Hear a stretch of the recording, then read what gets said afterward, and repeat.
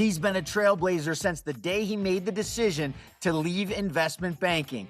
What made him make that decision, and how did he parlay that into one of the leading self-storage development companies, all while the headwinds are going in the wrong direction? Today, on Stories Behind the Door podcast, we welcome the co-founder and president of DXD, Cory Sylvester. Well, it's been more than 2 years I've been trying to get today's guest on the podcast. He doesn't know that, but it's been a while that I've been working on this. We're going to get right to Cory in a second. I want to give a shout out to Wayne Woolsey and his co-partners, his founders at Kiwi 2 Construction. They've been so gracious in sponsoring the podcast and these great conversations that I'm able to have. They just were able to sell their business last week to Janus International. So kudos to the team. And again, thanks so much for the support of the podcast. But as I said, Cory, you don't know this. I first ran into you at the Mid-Atlantic SSA, I think down in National Harbor before they had the National SSA event there. And I said hi to you. I was nobody in the storage industry, but have been so engrossed in your story ever since and kind of following you from afar, and very glad that I got, to meet Cam Pacton and sort of work my way into the DXD sphere. I want to thank you so much for taking some of your valuable time to come and join the podcast. Well, I appreciate that very generous introduction. I hope I don't disappoint here. I'm very sure you're not going to disappoint. I start this podcast the same always because storage is such a niche industry. Nobody really goes to school to end up in the storage industry, but such an amazing industry. The people that are in it are unlike anything I've ever seen. How did Cory Sylvester get into self-storage?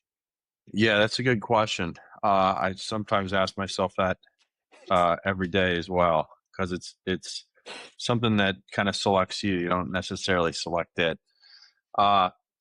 My background was I was at JPMorgan, then at a hedge fund, and with a couple partners, we decided to try and start a business where we provided deep fundamental research to institutional investors, whether it be long or short, but providing that research. So we sprung out, started our own company. The first industry that came across my plate that we decided to analyze happened to be self-storage. I'd never been in real estate before. This was 2015. And through the process of researching what was going on in the industry right at that moment, came to the conclusion that it was a good shorting opportunity because you'd had basically like this run up from 2009 to 2015 of not a lot of construction, which created an enormous tailwind for fundamentals in the industry. And all of a sudden there was this huge wave of construction that was about ready to come on in 2015, 2016. So from an investor standpoint, like everyone thinks the industry is going to continue to go to the moon, and fundamentally there's a bunch of supply that's about ready to come online. That disconnect between expectations was what we were suggesting our institutions to take advantage of. Through that process of doing our research, we'd found however many million square feet in Denver, Colorado was, under construction. But what we couldn't find was a data set that told us with high degree of confidence what the installed base of existing storage was there. And through the process of consulting with a lot of the people within the industry, realized that there was a business opportunity.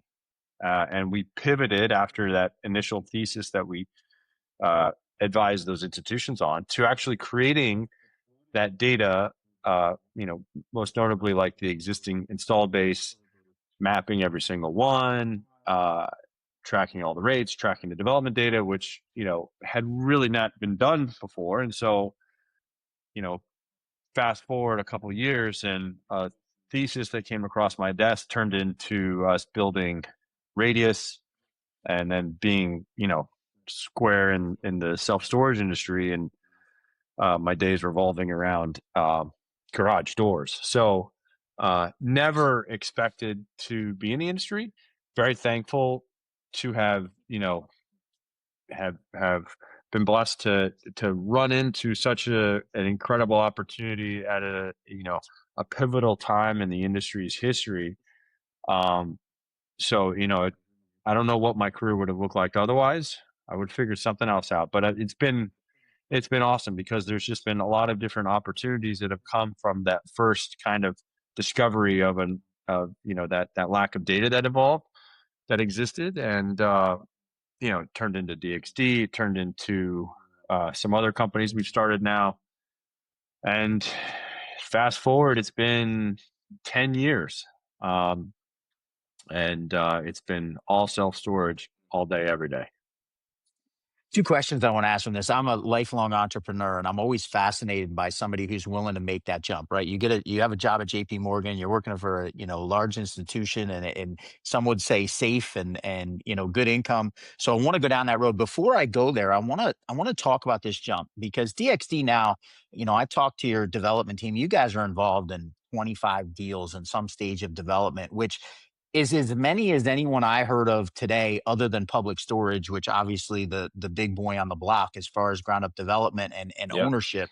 I want to kind of have you take me through.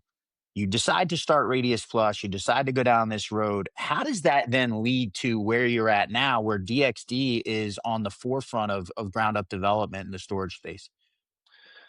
Well, look, I saw the opportunity, which it was awesome for Radius, but what I was more interested in was actually getting deeper into the industry. And I saw an opportunity to come from an analytical point of view as somebody that didn't have a real estate background. My background was in analyzing semiconductors. And so figuring out in a very quantitative way, like where value was created and how to find value was just a different mindset that I think provided a unique perspective that ultimately constructed the idea behind DXD, which was using price as really a leading indicator and evolving with a lot of the technology that I'd learned how to assemble the right team to build uh, at Radius. It evolved into figuring out how to take that technology and can continue going with other ideas that I had that are really more suited for an internal development organization than they are for commercialization. And so that's essentially the concept of where DXD came from. I spent many years trying to figure out how to start something. Nathan Bennett and I were kicking things around for a while. Drew Dolan, my partner at DXD, and we've been talking for years. I was trying to do stuff with JPMorgan Capital. We almost, got funded on a couple projects there. But you're just a pinball knocking across all different, sides of the game until you figure out a path, and that's how you figure it out. There's no single path that you take a chance, it works, and then you keep going. It's just a lot of failed efforts around different strategies that you may have, and then you figure out what the right strategy is and how to implement it. And it comes down to leveraging a network. So I am very lucky to have built a great network of people that help me uh, with strategy, that helped me with financially, that helped me in other means that I kind of drew upon when it was time to start DXD that have been the underpinnings of the success today. I want to rewind a second and go back to you're at JP Morgan. You see this opportunity with the lack of institutional level information in the storage market. You go to create Radius Plus. Where did that foundation come from? Because you mentioned it, right? You're signing yourself up for a whole bunch of failure and learning the hard way. What shaped Cory Sylvester to be willing to make that kind of a jump? Well, I thoroughly enjoyed my time at JP Morgan and at the hedge fund I was at after. But there inevitably with large organizations, there's a lot of bureaucratic um, construct that for me was just impossible to get over. Like I'm a very fast mover. I don't like to hear no uh, for what I consider to be like dumb reasons. Like, what is the best solution to this problem? Let's go implement it. What's the best research we could find? What's the best way to do this research? And when you're working in large institutions like that, that's not the business model. The business model is very different. Yeah. So, I learned an enormous amount, worked with some of the brightest people I know at JP Morgan, but I came away from the corporate world, you know, with a very frustrated view of both, um, you know, not being able to implement things the way that I see them, and the red tape, or the tape involved with getting ahead, and it wasn't always a function of the best ideas or the best performance. It was a function of a lot of other factors, and I could not operate in that environment. I had to branch out and either prove that you know I did have good ideas, and I did have a path that I think you could execute. Um, but I couldn't stay there. I was up for promotion once, and I remember my boss at the time just didn't push for me in a certain way because he was protecting himself, because he was scared of his own job. And I just remember that dynamic and thinking about like either I go do something about this, or I have to deal with this being the reality of how things work. And I can't. I would rather fail 100 times over than live in a world where that's what I settle for. So I just had to make the jump. I had to figure out another path. And I don't necessarily think I knew that this was going to be the path, but I don't think anybody really does. I'm over here smiling ear to ear because built almost exactly like you. It's why I haven't had someone else sign the front of a paycheck in 25 years, because I just can't cope with that. Having someone deny you from doing something for you nailed it, right? For stupid reasons. So really resonate with that immensely. I want to talk a little bit about whether or not you can pinpoint what causes that. Is that something you're just born with, that drive and that unwillingness to settle? Or do you think there's environmental things that you grew up with or people you've been exposed to that kind of created that mindset in Cory Sylvester? That's a good question.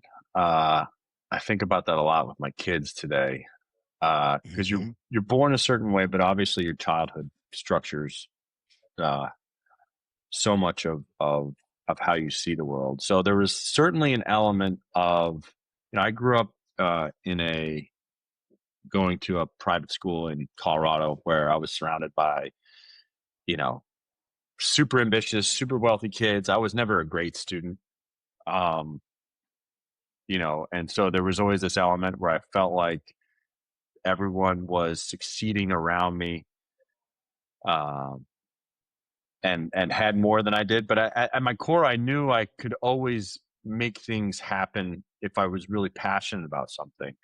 I was good with people, generally speaking, um, and but we grew up in the 80s and 90s, like grades and where you got into school was going to determine where you went in life. And I don't know if I consciously decided against that, but I always knew that I had the ability um, to do great things, and I just never gave up. Uh, I've always had a chip on my shoulder as it relates to just trying to prove something to somebody. So there's something in my childhood about that for sure. Um, but I don't know. I don't know if I answered the question, but You certainly answered it. And someday offline, this is a podcast about you, but someday we'll talk because our upbringings were very similar and resonate very well. I want to pivot a little bit. As I said, I've been lucky to get exposed to some folks that work in DXD and resoundingly through the industry. I won't say everyone, because when you're as successful as DXD is, there's always a little bit of pushback. There's always that one or two people that decide to hate a little bit. But resoundingly, as I talk to people about DXD and about you in particular, there's a theme that comes up. One of them is Stoic. You're not out there shouting from I'm the exact opposite of you in this. I'm on LinkedIn every day shouting from the mountaintops. You're not out there publicizing what you do. You're being very, I would say, controlled about how you speak about DXD and the success that you guys have had. The other piece of it, I would say, is that your employees to a person talk about how fantastic the working environment is at DXD. So I want to start with kind of that quiet leadership model that I see, and maybe you don't feel that way, but tell me if I'm wrong, where you're leading a company that by all metrics is doing exceedingly well, but you're not screaming from the rooftops. Where did that leadership style come from? Well, I tried the whole getting on social for a while, uh, posting on Twitter and LinkedIn. And what it came down to is I just didn't have it in me. I didn't enjoy it. I didn't Yeah. enjoy it. I know that I amassed a following during that point, and that point, that element like seemed to have some value that maybe I could take into the future. But at the end of the day, like, it became a lot of work for me to do it. And so it's either what you enjoy doing or what you don't enjoy doing. And ultimately, if you enjoy producing content and being visible with that stuff, then you're going to do it. If you don't, uh, then it's not something long term that you're going to see out of somebody. And for me, you know, working quietly and focusing on the things that you can control, and not shouting about it is a place that I've gotten to, because it's what I've known works well for me. Um, I do a lot of things that I don't put out there, and because I don't put them out there to get uh, positive reinforcement from the world. I do them because they're important to me, and I have certain missions in my life that uh, and a certain strategy by which that I'm leading my life. So it's like it's just how you are or how you're not. And for me, it's evolved into me realizing that I'm just not public like that.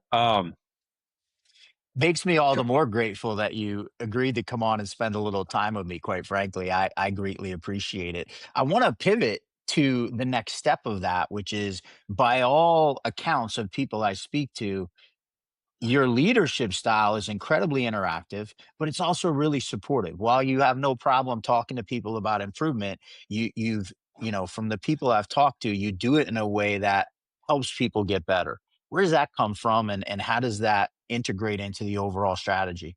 Wow, just it comes from having been, uh, you know, having been in an institution where you've been subject to something very different, and realizing, what that feels like, and ultimately, um, having a very good check on your ego and what you're good at and what you're not good at, and thinking about the perspective that your employees have is like, uh, how can I support them?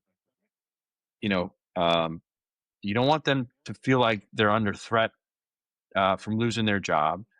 Uh, Ultimately, like, supporting them in a way that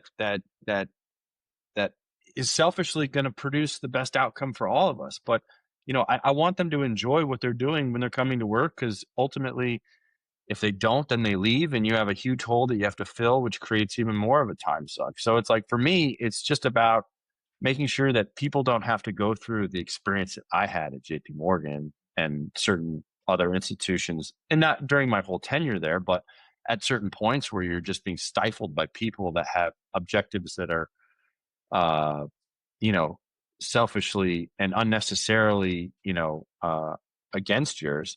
I wanted to make sure that the culture within the organization that I was leading didn't have that. And, we spend a lot of time together. I'm not perfect by any means, so I've made many mistakes as it relates to leading people, but I've been yelled at intensely at different jobs. I've been berated. I've been, you know, disassembled in so many different ways, and there's value in what the person was ultimately trying to get me to do, but the process by which they were doing that wasn't as effective as it could have been. So it's really taking those experiences and using them to think through, when you do have the opportunity to be in that other seat, what is the best delivery method? What's the best communication path that you can take as it relates to being uh, a leader? And I've never thought of myself as a leader. I wasn't the captain on the lacrosse team, and always wanted to be, but never was. And it's something that I think I developed later through a lot of study, figuring out what is the good path of how you do communicate, which has more to do with really listening and making sure that people hear that you're listening and the strategies around how you do that with somebody. And there's so much content and other things that are at our fingertips today that make it, quite frankly, so much easier to be a good leader. Because before, I think it was very much a opaque thing that it became very difficult to even understand. How are you a good leader? Like, what are the resources I should be listening to? But now there's so much content out there in the world that we live in that if you really want to do it, you can find the right path, and then you just have to practice it. You've opened up a box that I would love to go down to for hours, honestly, because this fascinates me. This idea of the access to information that we have now, but then how are people going to utilize it? Because people are still going on this information superhighway that we have and using it mindlessly in some cases. I'm going back to what you said earlier, and so many people will just repeat the behavior that they were exposed to, right? They will think that's normal and they'll continue to do it. What I want to ask you is, yes, and you started to get into it, the informing yourself and researching and getting better. What created that? What was the trigger that for Cory Sylvester that allowed you to not repeat that behavior that you were exposed to and decide that you wanted to do better?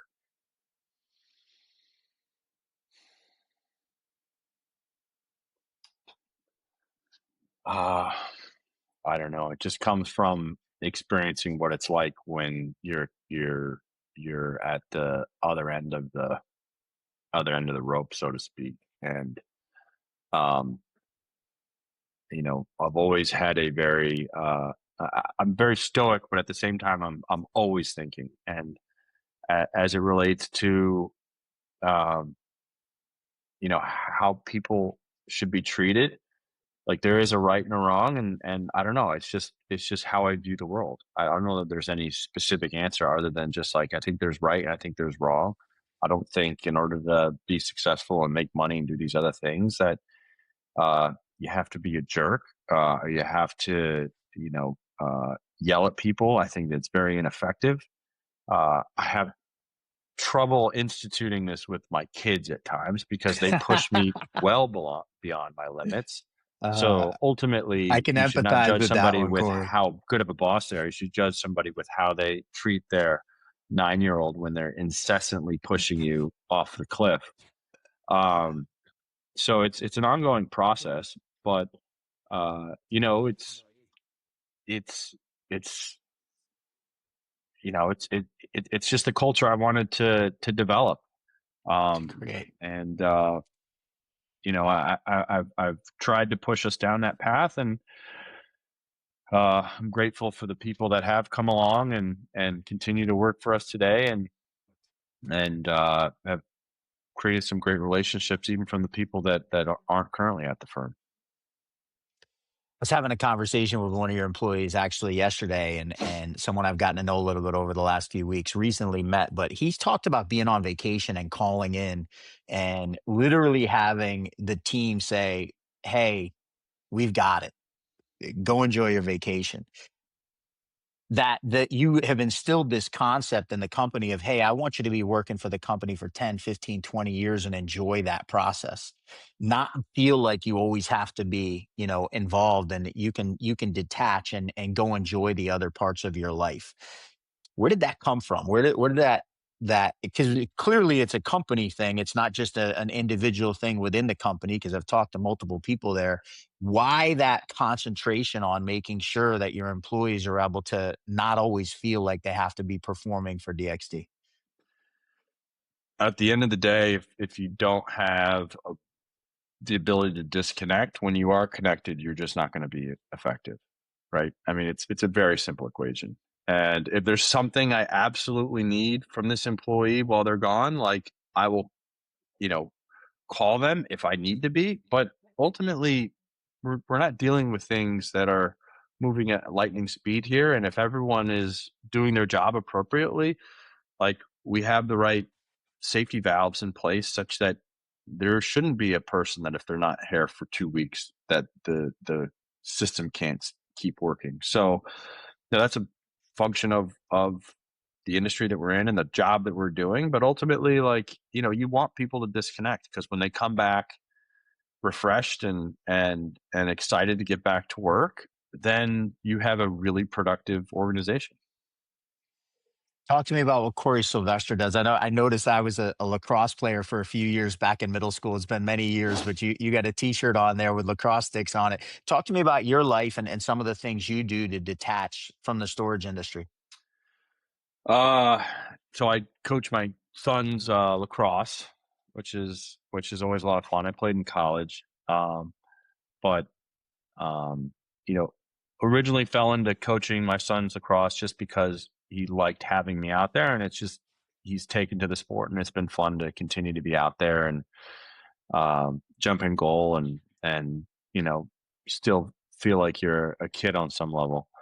Um, I'm a bit of an endurance athlete, so been getting to ultra marathons over the last several years. I'm just coming back from an injury a little bit, so we'll see where we go. But I'm hopefully running the Tahoe 200 here in June, which if my body holds up, I think we should be able to do. So, we live in a world where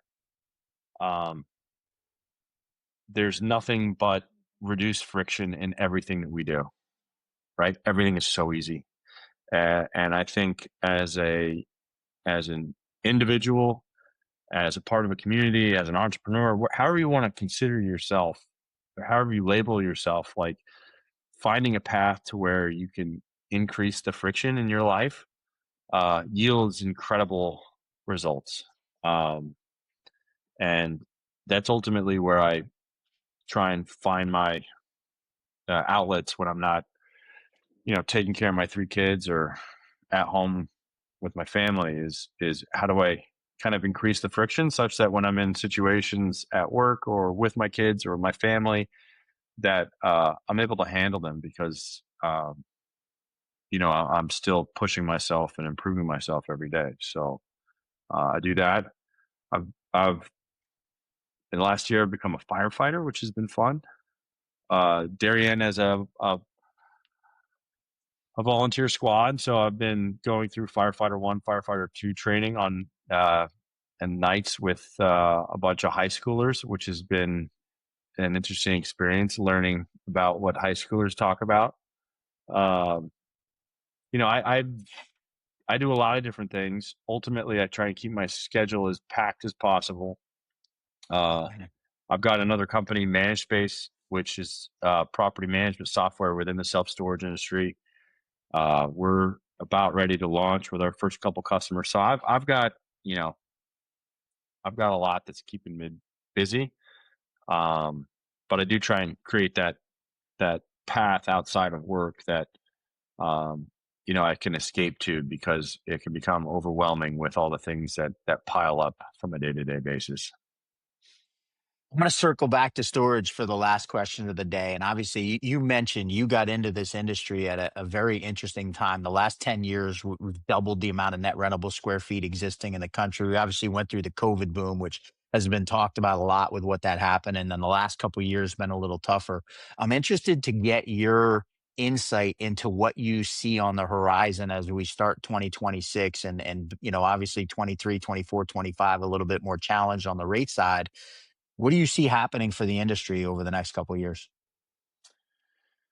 Yeah, I mean, look, lot lower development activity, which people are finding it more difficult to find new opportunities. So the supply should continue to fall, which I don't think is a surprise to anybody that's involved in the industry. Demand has been surprisingly resilient given the decline in the largest demand factor, which is mobility, or as measured by existing home sales, which are depending on how you look at them, are at 40-year lows. But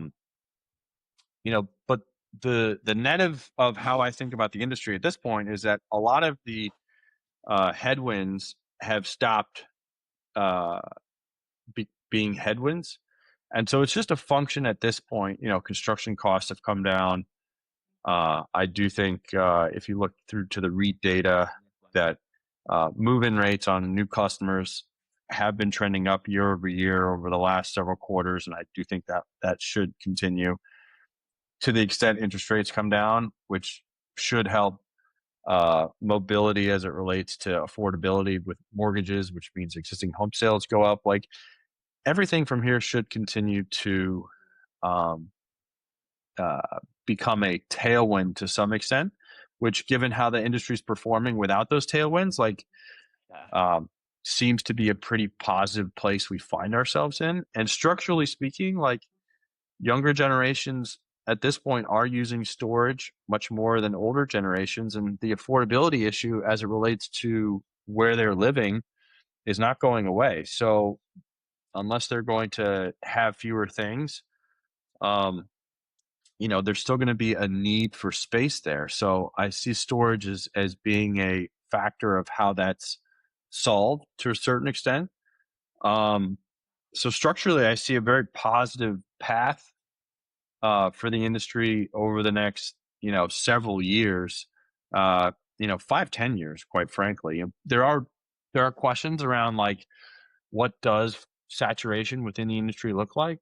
And that can be a difficult question to really answer, because there's also a lot of product that I think will continue to make its way out of the industry. That's sort of old product that I don't think the customer today has a propensity to want to use. The single story non-climate stuff will continue to trend lower in terms of its demand profile, and the multi-story climate control, I do think, will continue to take share. So the whole market continues to grow in terms of the number of customers that are using storage, but even internally, as it relates to the demand profile, I think that the shift from traditional non-climate to more 3-story multi climate product within that space, I think will continue to go for quite some time. So I have a very positive outlook on where storage is currently. I mean, I'm a little biased because, I'm running a pretty large organization that's building a lot of storage. But as it relates to how I think about the industry from here, I've never been more bullish within the last 10 years as I am right now. Supply's down, construction costs are coming down, demand has stopped falling from the standpoint of the detractors that we've had. So from here, if you can find a great site that pencils on the current demand profile and metrics that exist within interest rates, construction costs, and everything else, like, you're not playing for the tailwinds, but those are upside factors that, if any of them hit, will be incremental to what you're modeling today. And that's a great setup to where it's a asymmetric bet from where you start.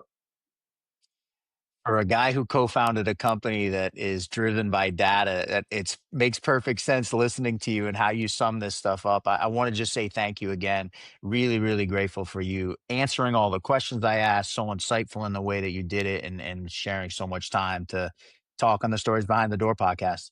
Well, it's great. Great talking to you, and thanks for having me on. It's been great. Absolutely my pleasure. I want to give another shout out to the team at Kiwi 2 Construction. I'm actually looking out my window at a job site where they're putting their steel up today, which is kind of cool.